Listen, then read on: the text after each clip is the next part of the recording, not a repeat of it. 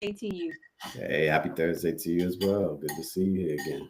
It's always good to see you. I cherish this time in the Rose Garden. I couldn't wait to meet up with you this week. So much has been going on. Um, I finally got liberated from my invalid and and and miraculously as healing goes, now that she's returned back into her natural environment, I don't get any complaints of pain. I don't have the bell ringing to provide massages and ice. So clearly the healing was the environment. So Oh, interesting. It was the loving environment. She told me though my sister did good over there with her. I was providing lots of support, but I'm telling you, she definitely had me working the role of Benson instead of mom. I mean, that bell wasn't going. I mean, it was every couple of minutes. Could I assist Don't and could don't I you help? love it? Don't you love it? Hey, there are wonderful parts about being a parent, right? There are Yeah. wonderful parts about being a parent, and but you know and I don't mind the caregiving. But here's something that I noticed that I don't think I was cued into before this situation happened What's that? is that people want you to care give for them the way they want to receive the Absolutely. giving, and sometimes I want to provide the support that I think is valuable and necessary, right? Uh-huh. um, and so I think you change. There's a transition that occurs in parenting when your kids get older, where they have a greater voice, which is expected, but sometimes they're not as open to receiving the guidance and feedback from the older wiser parent. And so I personally have really struggled with that. And in her healing journey, what I noticed is that I was responding with my own fears about her pain and my own fears about her healing that she didn't have. Mm. um, and so I had to let that go, because I think I was holding her back from, like I said, when she got back to her home, she has miraculously healed. I mean, I don't have any complaints of pain. The pain scaling is reduced. I talked to her just earlier today, and she said, I said, how's the pain? She said, it only hurts during certain times, but I'm good. I can go throughout my day. I said, okay, great. That was good to hear. It was really good to hear. So, but I learned some lessons about myself, about really how I'm responding with a lot of fear in this parenting role that I need to let go of. Um, Mm. but also just balancing, like being a parent of older children and letting them make their own decisions. And that's really been difficult for me. I think, I always tell people the reason why me and my kids have a relationship is because I'm their mother. I'm not interested in being anything else. Like I may not have picked them bugs to be my friends. No, You I hear you. I feel that's been my similar frame of mind as well, and what I've been conveying to my kids too is that my role is their father. But at the same time, I hear what you're saying because we're simultaneously self-centered beings ourselves, right? Because honestly, man, I really believe that a person, for each individual, they literally are the center of their own universe, right? absolutely. And to be able to set aside your own selfish responsibility for self and then to pick up somebody else's, right, is really a challenge in and of itself. But And I that's what parenting is. Setting you aside and picking up all these responsibilities. And, I hear all these people talk about it, but then I'm like, how many people really live it and embody it? And I can really, I'm a champion and pat my own self on the back and recognize that the experiences that I have as a parent were not given to me. Like, so they weren't, besides the love that we were receiving from our grandmother, who Mhm. really, for all intents and purposes, no matter what, she wasn't our parent. She was still our grandmother. And the older I get, now that I have my own grandchildren, I recognize the tension between that role, because as a grandparent, you really want to provide and give and then love and spoil and then give those children back. Well, she had to be our mother. She had to Right. be our parent. So I think that that traditional role of grandparent wasn't something that she could do. She Right. actually had to step into fill those more direct shoes. And I would say that definitely in my perspective of her is that she is, she was the only mother I know. Right. Right. Um, and even though we do technically have a biological mom, but I Hmm. think in terms of the the things that you get from an actual mother or the way that you think about a mom, I get that from our Yeah. grandmother. And Yeah. it's funny, I was thinking that like I said, everything I do, I see her signature in it in my life. From if I go into the kitchen to cook a meal, I think about her. If I go to the bathroom, I think about her. If I go into my bedroom to lay in my bed, I think about her because her imprint is there. So Right. the way Well, I make my wait a bed, minute. Wait a minute. morning, Think, when have you been in the kitchen? I've never seen you behind a pot or a you pan. see So you see me in the kitchen many a times. you Then, know how to stir a meal. hey, a person got to live. You got to eat, right? You got to survive. Well, the person I know, you have many a folk that like is willing to feed you, and those folks show up unexpectedly, expectedly in different versions of themselves. But you know what you do is you use it under the umbrella of these are my friends. So that so it seems like you have a lot of friends that Well, come. actually, I don't have that because to me, the terminology of friend and family it means something. Yeah, It's a serious meaning to me. So right. I have corrected that recently with some people who have reached out to me that happen to be females, right? And Uh, they reach out to me and they want to uh, play this friend role and mhm. pretend, under pretenses of being friends.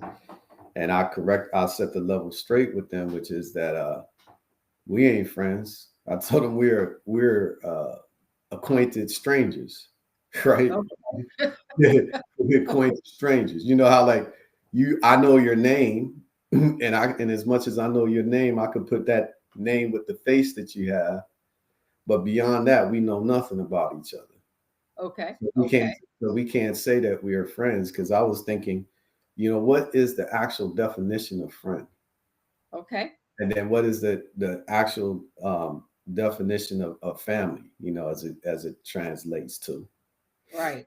But I think that when somebody is an actual friend, then there's a expectation that there's some care there Okay. between the two, which means that they have to know each other. Right. So Right. so without anything else being represented in there, just knowing each other and care being there, Right. that means that the underlying thing is that there had to be some time spent Mm, with each other to be able to develop both of those conditions. mhm. So yeah, I can't put friend on uh on certain people, Or which and that's too agree. much of an honor for I feel like that's an honor privilege to be able to have that designated, Well, what Um, I have a couple questions in my mind as you speak. But bringing it back to the cooking. So, do you eat food from only friends, or can these honorary strangers that are in your life who happen to have your phone number, do you eat their food too, or how does that work? yeah, well, you know what? I think people who actually really know me will know the answer to this question, right? Because I I don't eat off of know, I know you. I don't eat off of everybody's hand. But I would even say that people, when they bring food, like if a person ever really does observe me, like when I go to other people's houses, I usually don't eat food at other people's houses. Right, Yeah, right, because I'm particular about that kind of stuff. And if I haven't observed that people directly prepare the food and all this stuff, like I usually don't eat at houses. well, And I think that's an etiquette and a respect thing too, because I think it's certain for certain people, they actually are preparing food out of love, and they want you to indulge in it. But that's a really difficult thing for me, you know. right, right. So if I do that, that means that I'm setting aside my natural self to to make that person feel appreciated. You know what I Hmm. mean? But Well, I'm usually I don't. And if people bring over food that I don't eat off their hand, I don't eat it. I just redistribute it to the community. You know what I mean? Well, you know what I'm going to do is I think I need to be more observant because I have experience with my own eyes that attached to my head, lots of friends in your life.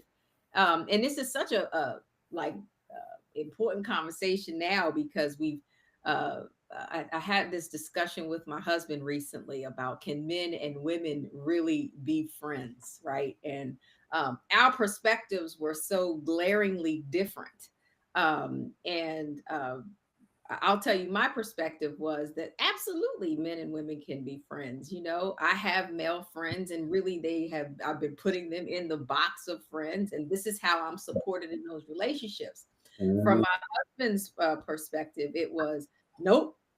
Every male that's around you has a primitive desire to want to knock that down, and even if they're showing up in your life, even if they're showing up in your life as friend, it is a masquerade, and you have to be careful not to join folk in their masquerade ball.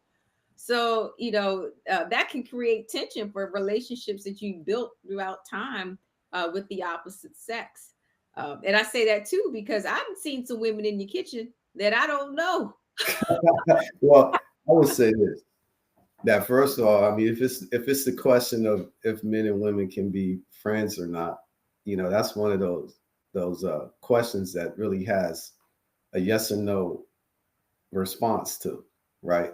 But in this case, I think that if we're going to talk in a general sense, then I would say, in general, the general rule of thumb would be no, because in order for men and women to be friends, then I think a certain set of conditions need to be there, right? And one of those things is that both of the individuals that are part of that bond, they got to be at a certain maturity level, right? So I would say that a lot of people are always looking for a license for bad behavior, right? So to be sensitive of that, be Tell me sensitive. what you mean by that. Tell me what you mean by that. Yeah, I mean, because if a person was to say that yes, men and women could be friends, then they would just be thinking like, well, this perspective says that this is possible. So, I'm a flirt with this or entertain this in a way, and I'm seemingly meaning to be good, but ultimately, if it doesn't work out, it's not my fault, right? But I think that take your situation, right, where you said you and your husband are having this dialogue. So I think that's a special case, right? Because you and your husband are part of a marriage bond, which means that for all intents and purposes, two people have become one. So then you would examine how can uh, there be a man that's a friend to you that's also not a friend to your husband. But So that doesn't wait a minute, you're making an assumption that in that discussion, the mhm. persons or the people that we were describing were not friends. So and that I think you bring up an interesting point that I want to highlight, but then there's some things I want to go back to that you just said is that friendships then in a marital dynamic Yeah, should be one that's expansive and inclusive of the spouse, okay, which I would agree with. And I would also say that when that doesn't happen, to coin and use my husband's terms, the masquerade ball may be real, right? But I do think, yeah, to go back to what you said before in the very beginning when you were talking about the to be called friend, you was over there, giving me that dialogue about, to be called my friend. I think you have to have a connection and a knowingness and this responsibility in the relationship. If that's what we are saying, right, that there's a responsibility in the relationship, then certainly those ground rules have been established. The knowing has been established. So, in my view, absolutely males and females can be friends. friends, because when you're talking about a friend, you are situating them in a social part of your life, in your world, that's functional and reciprocal. So when I have, let's just say, even my female friends, right? They understand who I am, and off rip appreciate who I am. That's what makes them my friends. They come to me understanding that they want to support me. There's a way, there's a reciprocal love that's happening in that relationship. And for me, it's not unspoken with my friends what I need. So like I need unconditional acceptance, because Sarita ain't for everybody, right? Sarita not for everybody. So I need unconditional acceptance. I need honesty. I need support. I need all of those things. And those things are not unspoken. So like when So it sound like you agree with me then that ultimately I don't know if I'm in agreement though. it sounded, it sounded like what did you call it, a merit, whatever the marital, I forget the status of that, you termed it, but it needs to be expansive and inclusive, which I agree with. Like, I can't imagine how on either side of the equation that if you're married, that there's a friend that your spouse doesn't know. Because once again, like I said, like the condition of that friend becoming to know you, then they should automatically know the people that are important in your life, right? Correct. Yeah. That's So, that accept. so That's that that accept. so one would think that that exists, right? So those, if those, but I could understand where, a person, because I've heard Steve Harvey and other people mention the same thing, that Oh the Lord, same you gonna that, but I bring those folks up because I think that they really are connected with their primordial, the primal base, and if they're representing the male side of it too. So what they're well the primitive. Let's yeah, clarify. You just pick somebody yeah, who has been an adulterer, you know, exactly. who open, right? It's like, it's not my judgment, because this is Yeah, not me these going are into facts. judgment. These are facts. These ain't opinions. It's a factor that that man had multiple wives. That the man has been, allegedly adulterous. You know what I mean? They may have admitted to it. You know.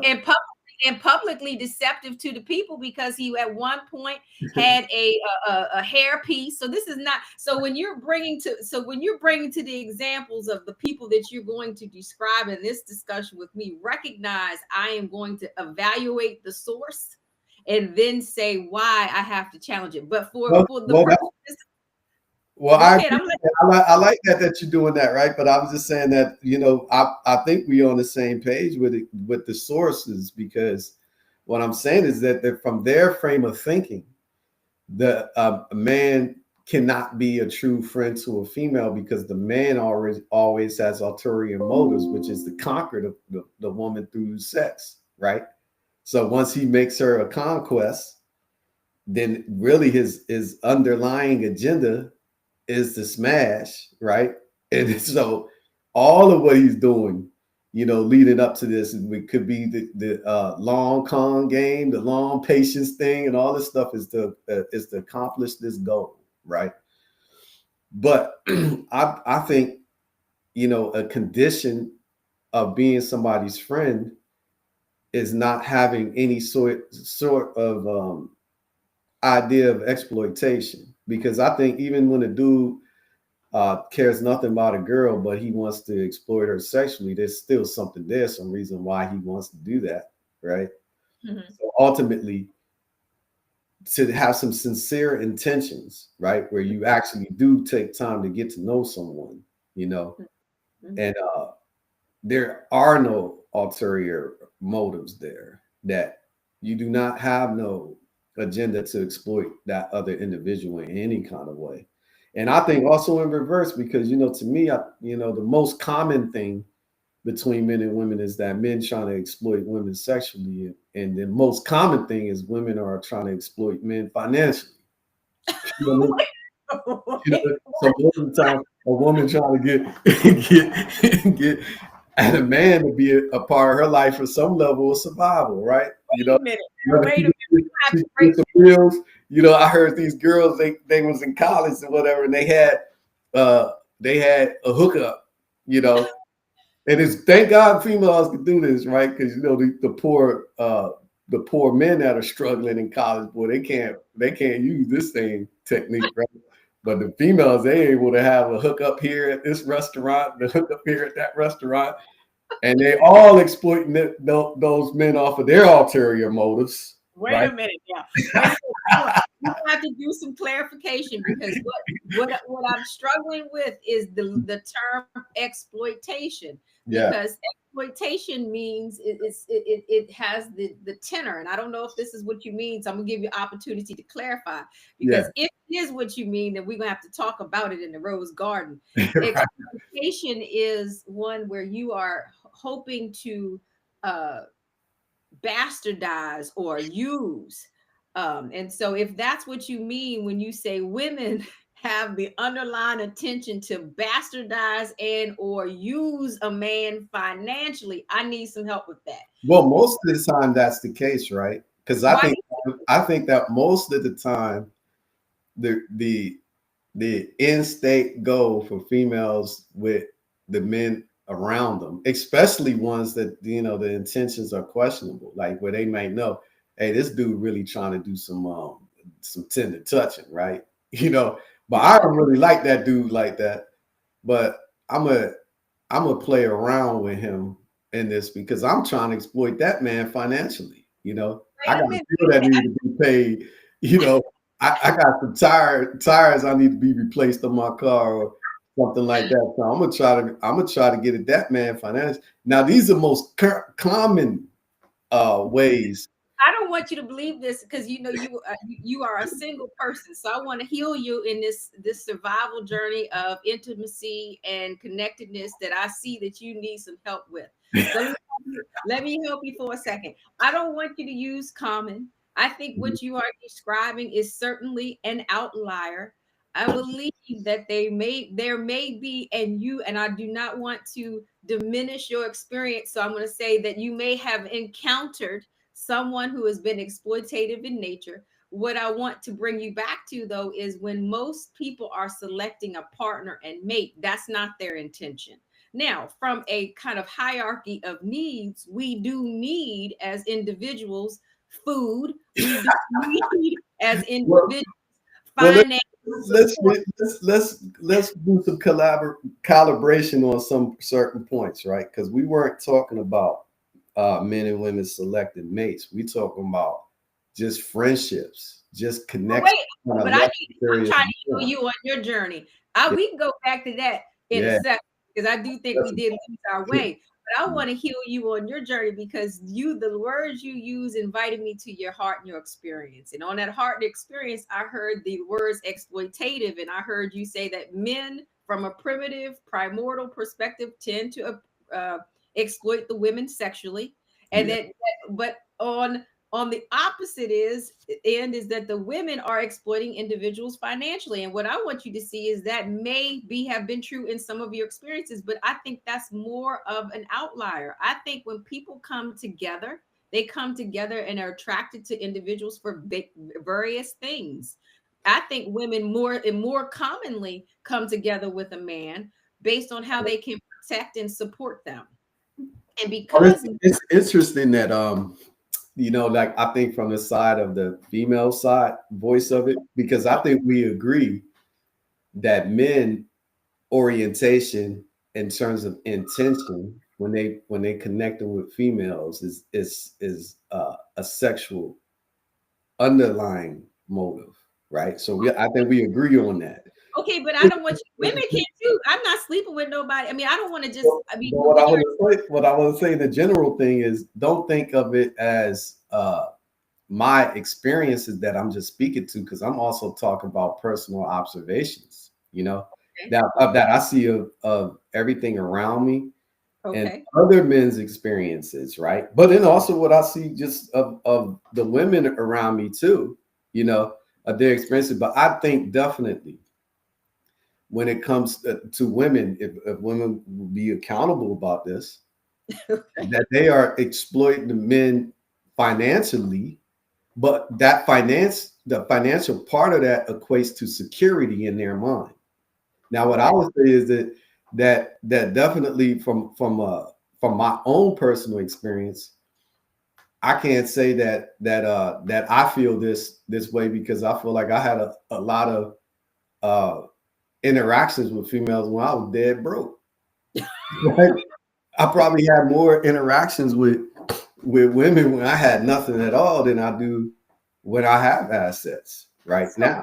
Right. Will So I tell said, me, so this don't really come directly from my own personal experience because I feel like I've been lucky enough where females haven't in mass been able to exploit me. But then again, I'm not coming from a trick perspective, like a trick right, mindset, right?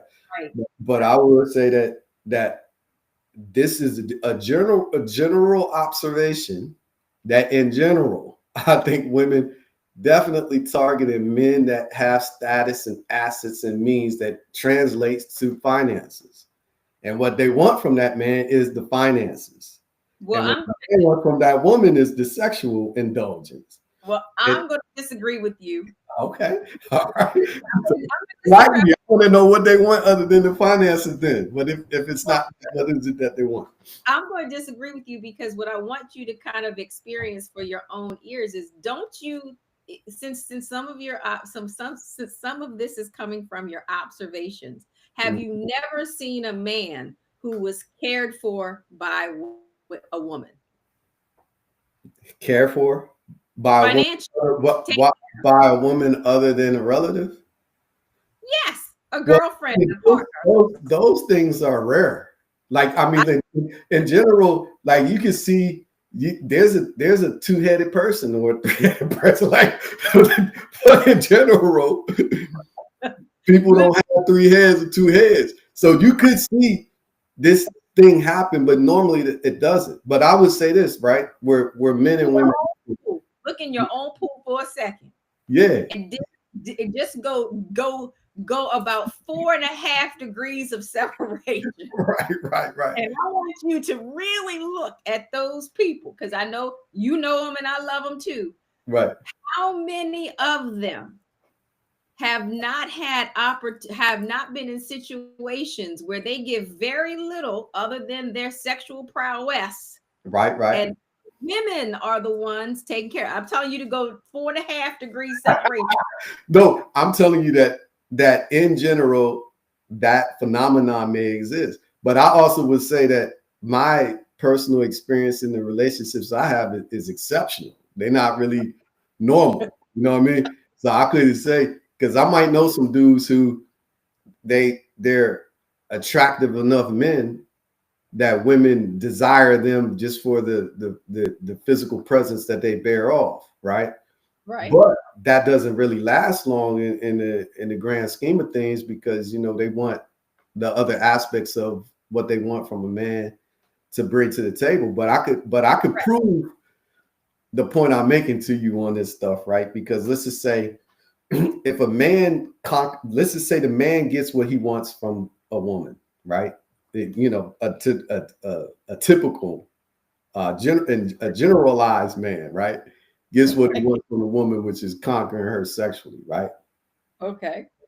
And let's just say once that happens, if the dude changes his mind and wants to go somewhere else, he doesn't care about coming back here sexually anymore, right? So he got what he wanted, and that's it's over and done with, right? Okay.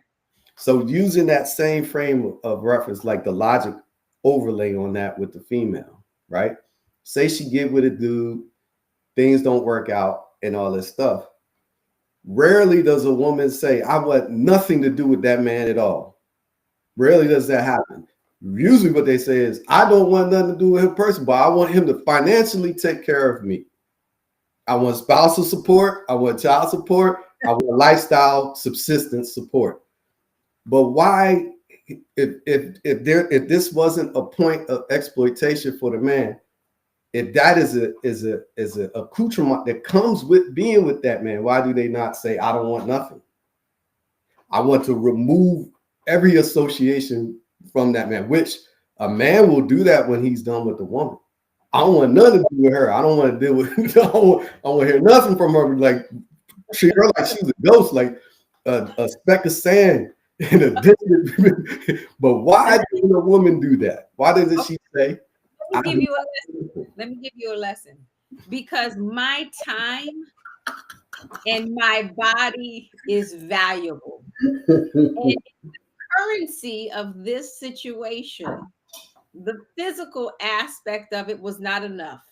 Okay. So just for these situations that you're describing where we're in these exploitative dynamics, the currency of it, of sex being the currency, and let's be real about like, men have an interesting way of believing that sex is this grand experience that drops so much, like it's worth. I'm going to tell you, if we had to do it in terms of a commodity, yeah. um, uh, sex is probably like aluminum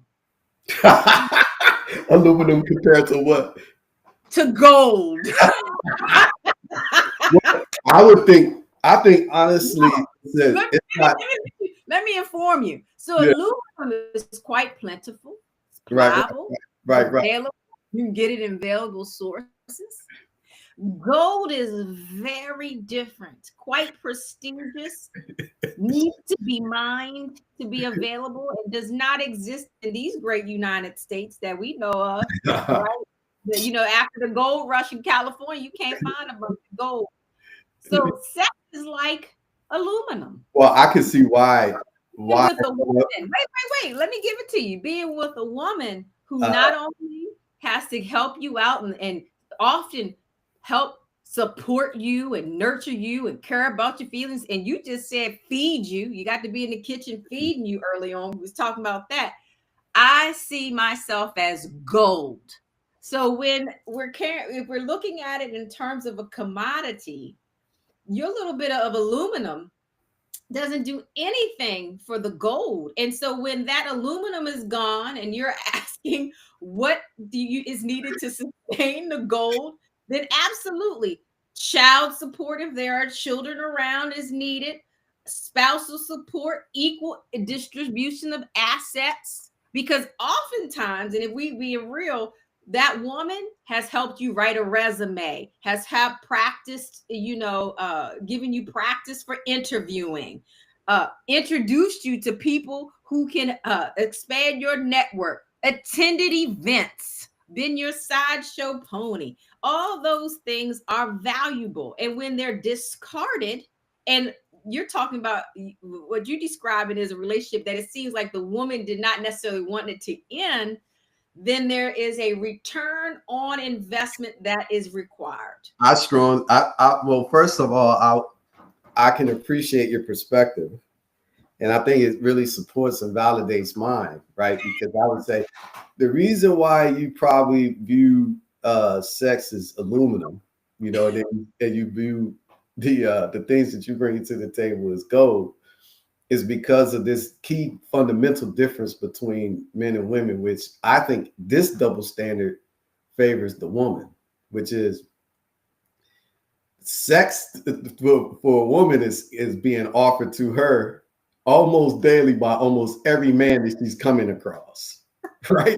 So I don't care. You could be the most handsome, physically fit, wealthy man in the world, and Okay. and you could take this very average, the other end of the spectrum for a female. You put these two together, and we could run this experiment, and that experiment would be put them in a densely populated urban environment like Miami or New York or someplace like this, and you have them walk up to the opposite sex, random people of the opposite sex, and ask them, "Would you like to have sex with me?" Now, on the man's side, I think by the time he got to the third request, he's going to get smacked and get the police call on him and all this stuff. On the woman's side, the dudes probably are, is this serious? Is it a joke? Is this trick question or whatnot? If it's real, I think it'd be hard pressed. They out of 100 dudes they ask, they might be lucky to get one that say no. And the one that would say no would say it because of moral conviction that he has. But but so because of this disparity in it, which basically what I'm saying is sex to a man ain't easy to get, right? That Okay. that's why men are always on the hunt for it. You know, they're always seeking this thing so that they can add another notch. You know, let me hit my clicker. Boom, I got that. Boom, boom, boom. They adding notches to their belt all the time, and it's really an ego stroke, right? But It's at the end of the day, though, the same things exist. Like when you are connected with a person, Mhm. besides the financial impact of that person in your life, they're doing a lot for you too. You know, so all of the above. Like, but let's just take somebody like a Kobe Bryant or Michael Jordan or something like this, right? Mhm. Those men certainly did not have a woman that helped them to achieve the level of greatness that they did. That On was the basketball court. That on might be the, true. in their area of Trojan profession that led to their generation of wealth, right? How they got money, right? The way that they got money Uh-huh. had nothing to do with a woman. They had But learned that and they achieved able, and I would say perhaps, but in Michael Jordan's case, how he was learned to brand was through his first wife. There was some messaging and support that that woman, you can never diminish what she brought to that. the This table. she came along after he had wealth generation. No, So they were in a she, relationship when he was she in. can, so I do not believe, but if a person is capable of it, so this is what I'm saying to you that I Mhm, see of these men though, right?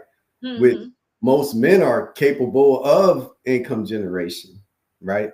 Or they have to. mhm. Now I can't say most men either because that's not Because really true. knock that But down I in it. would say like if a man is capable of so whoever in the story where the authenticity lies is the person that can redo it. So I think like if a woman has that much power and influence over a man, then why can't she do that again for her own self? Well, many of them have. Why does it she has to desperately still cling on to that nest egg, the golden egg, right? The children. You That's do the realize golden egg for her, you know. So you she's you do realize you're talking about a particular brand of woman because in our country it is black women who in mass make more money than black men. In our country, it is black women who are every day becoming entrepreneurs. In our country, it is black women who are going to school, having the baby, having the husband. We are holding it down, and our assets right now are more than black men. Now, there are some exceptional black men, right? Let's just yeah, say that have exceptional talents. But I'm talking about the ones that, it's very few in WNBA women who are competing with some of these like Fawn Weaver. She knew how to dribble a basketball, right? right, So, right. so, so you are comparing yourself to all these exceptional men who had something that they offered to the world, which was to entertain us, right?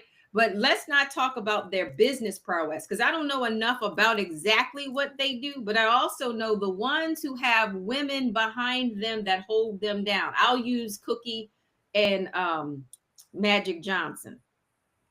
That's a business relationship. That's a business. And together, there's a lot of dynamic things happening together. Yeah, Okay. I don't Let's know not, too much let's about not that personally to and speak. I don't know them all personally, so I can't Yeah. get into their inner workings. But I can even say from my family, Hmm. is it is the partnership that my husband and I have established that allow me to have the freedom to do so to meet my greatness and also to allow my husband to meet his. It is that partnership. It is that support. So I Yeah, think we I can would attest to that in this situation for sure. we Yeah. we can agree then that Mhm. how about this so that we can move on to a better topic. It does depend on what kind of relationship you have And in a marital context, there can be some exploitative, situations. But principally, if you're in a healthy situation, a healthy marital dynamic, you want one where you are working together in partnership, and that whomever enters your life also is doing it for the betterment of your partner, which is where we started, right? We were talking about, can men and women. Now, my husband fundamentally disagrees with that. He does not believe it. And so that definitely creates a tension in our marital dynamic, because I think there are situations where we can. And how I believe that happens is that you do have to have a set of operate within a set of principles and with integrity. So I share with my husband most everything about my friends in terms of what they do for me, how we are in relationship with one another, and they are part of our family dynamic for the most part. I feel that, and I can appreciate that 100%. Now, I would say, like going back to so first of all, I think like in order for people to have like an effective conversation, right, Mhm. they got to be able to agree on a certain set of general principles. You know what I mean? Otherwise, there's no way that we can cogently get anywhere, right? Right, So right. first, one basic set of principles is like, what planet are we on? Are we on Earth? Like, we all agree we on Earth, right? And that Right, right. Earth is bound by certain sorts of principles of like gravity, oxygen, and stuff like this. So certain set of shared commonalities. that- Right, right. So what drives me crazy about women sometimes is that we can't agree to certain common things that we know these are not truths that can be challenged. We know they true, right? Like what? Help Like, me out. List but them out. it's okay for it to be this way. So, like, say for instance, because I know, I've also been privy to the arguments that I always have believed that men and women can't be friends either, right? Mhm, mhm. But I did evolve to a place in my life to where now I can see the set of conditions that need to exist in order for a friendship to flourish between men and women. And I do see the exception, to this, to where it could be possible. And I think the fundamental thing but that has to exist is that basic thing of the two parties exploiting each other for something. Because I think like in any kind of relationship that there's an exploitation. So like right now, if a man looks at a woman and he's like, I want to exploit her sexually, and if they indulge in a connection that ends up happening, then by virtue of there being a balance, so in everything that exists, there's two sides. In virtue of there being a balance, she is exploiting him for something too, whether Mhm, that's quality time or something like mhm. that. There's something she's getting out of that, and she ain't just giving that up for nothing. You know what I Well, mean? why you call it exploit? Why can't that just Because I say exploit, I know it's not a feel good word, no? but most of the time, certain things ain't feel good for what the underlying motivation is. So I say like a woman might think, and we know women like this, uh that that there's something so special about them that makes this man want to give them uh time and energy, right? Mhm, Or like I hear women talk about attention, right? So a mhm. woman might say, well, he's giving me this time and energy and attention because I'm beautiful and I'm all these great things that you just told me women are and what they do for men. But technically speaking, that man don't care about none of that. All he care about is, am I going to be able to make this thing happen? That's it, right? Now Well, that's exploitative for sure, right? so And I you think say, that that's the sheer motivation is, am I going to be able to make this thing happen? yeah, so yeah, and I think sometimes dudes be nice, like I hear these like mailmen and garbage men story with man. Oh, I see you need a tire change. I'm gonna change the tire, or man might open the door for a woman and all that. all of these are offers that these dudes, they checking the doorknob to see is this open a little bit or whatever. Can I come in? And the woman, and women do show you these little indicators. They signaling to you that that's possible and all this stuff.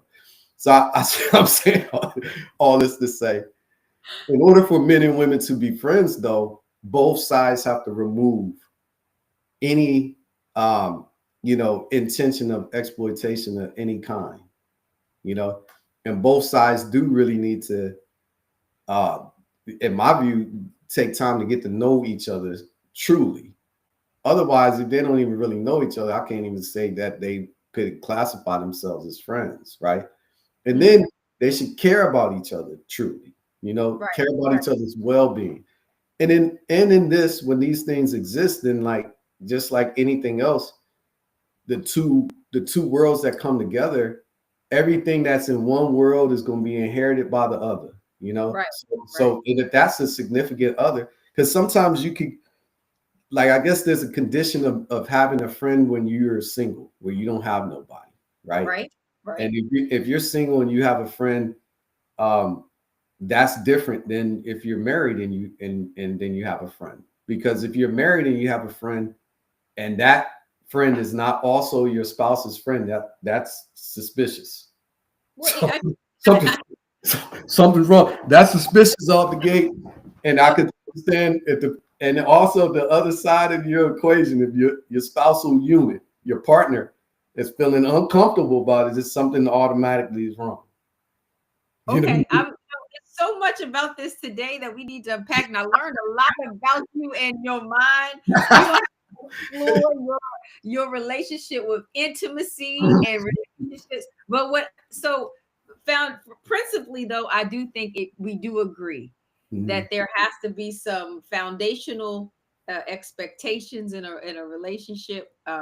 I do think we need to unpack this more. What is problematic about you and your brother-in-law is that y'all live in your primitive set and your primitive experience. And we don't live there because I think we're pretty involved men. I think what he's concerned about, and rightfully, is the motivation and the intentions of other men. Well, he shouldn't be concerned about that because I'm in relationship with him. And so it is me who is the person that should be. That's absolutely true. I agree with that. I agree. And so you don't need to be concerned about no one else, because rest assured, I'm not concerned about nothing else. None of them other scallywags that are around in my husband's orbit. I am concerned. I hear that, but I think from a protection, his concern about your safety and all of this stuff. No, you just said he concerned about getting smashed, right? It's the ultimate. He's concerned about the intention of other men not being sincere. None of that he can control, and he don't even. Again, I'm concerned. I don't concern myself of the mind of the scallywag. Because what you have described today about all these exploitative individuals are they're scallywags. I do not. Let me tell you something. I'm Rose Carter's grandchild. I am Rose Carter's grandchild, and there's nothing about me ever that I ever felt that anybody could top. Like Rabbit told me you were special, you was cute. I got twisted toes, and I think them twisted toes is special. So let me assure you that Rose did her work on me.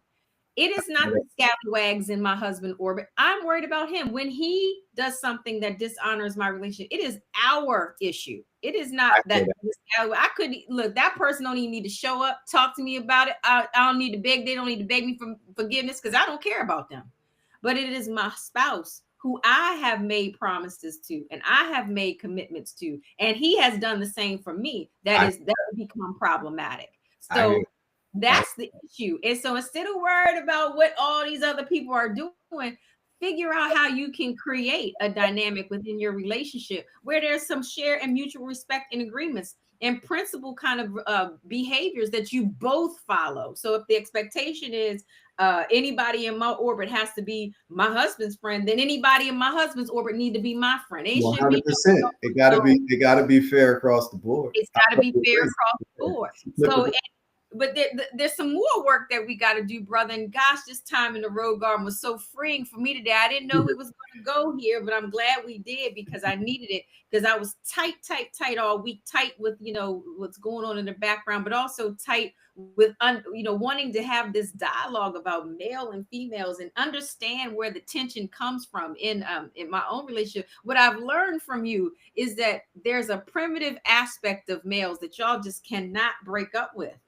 And that as evolved, and as much as I see you all as these evolved creatures, y'all really do live on that little butt brain. I call that that primitive part of your brain that's just and responsive. And that's how you navigate the world, and you create schemas that way. And you know what? The problem is women aren't invited to your mind. So I'm so glad I get to be invited to that mind, because now I know this is an extinction, reactionary process, and y'all can't break up with that easy. I Well, understand. I'm glad you perceived that, because that could probably explain a lot of what you see in the world leadership today, right? Because, but honestly, I think men do. That's part of the development of men naturally, because you go from that process to a more evolved man, right? And some people just are arrested in that development. They haven't really been enlightened to those certain levels, but also you helped me to see where I would say it's the where I see the smoke coming from the machine for women, right? Because I honestly believe that women have a very difficult time embracing reality and being accountable. and when women are forced to do this, that there's a lot of resistance in it. Not at all what I said. So I take that from it, to which I love to be able to at another day drill down into it and We're gonna have to do some drilling. Huh? We're gonna have to do some drilling, and you know what? I'm gonna write down some therapists for you that can work on that getting out of that butt brain and putting you. There are parts of you that are just so evolved, but this is a part that I'm seeing that is still in its infancy. But I appreciate you so much, brother. And before I appreciate you as well. I thank you for your honesty and your time in the Rose Garden. And you are very much Rose Carter's grandson too, because what Rose Carter's grandson knows is that he's a valuable commodity. And a lot of your discussion was protecting the commodity. You said you're gonna exploit my earnings. You're gonna exploit my special. No, I wasn't in this conversation. I wasn't talking about me. I'm just representing the male perspective. But honestly, I don't lead with I don't carry any of the assets that I've acquired, in front of me. At the end of the day, when a person meets me, I'm not peacocking for them.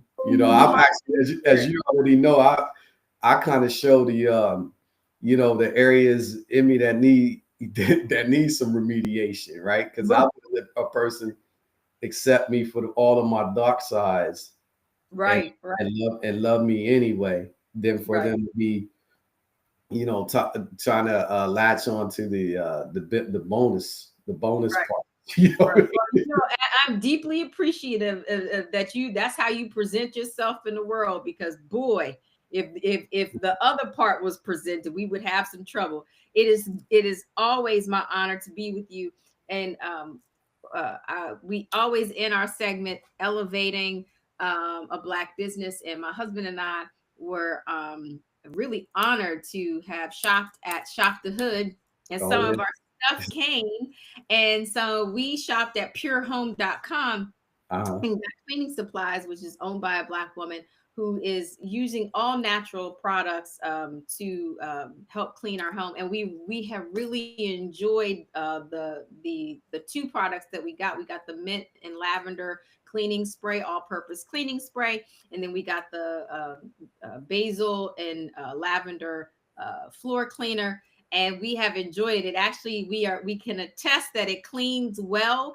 Has a very light smell, but it definitely cleans the surfaces and creates a delightful aroma in your home. So we are happy that we are really honoring our commitment to Shop Black, and we want everyone to check out purehome.com. Their cleaning products are the bomb. Oh, that's good to hear. Sounds like Yeah. it's smelling really great over there. It's smelling real good over here. We look and listen, and because Sanaa was all broken up, she couldn't help us clean. But don't worry, I got some extra spray just for her when she come back. I'm gonna put her to work. I'm gonna put her to work. Well, make sure you remind everybody to, if they got anything from this, to like, subscribe, comment, interact with us, share, and we like to invite the community in to share their opinions on what we're talking about. Absolutely. And I'm sure we have a lot of supporters on what I expressed today, because we want to. when y'all comment, be team or team Zadie, I want to know who on my team. I think I'm more better on this one. Well, we want to remember that we are on Earth, right? We all agree that we're still on Earth.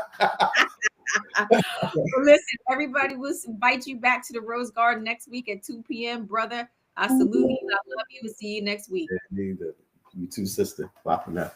Bye for now. All right. I think it went well. I liked it.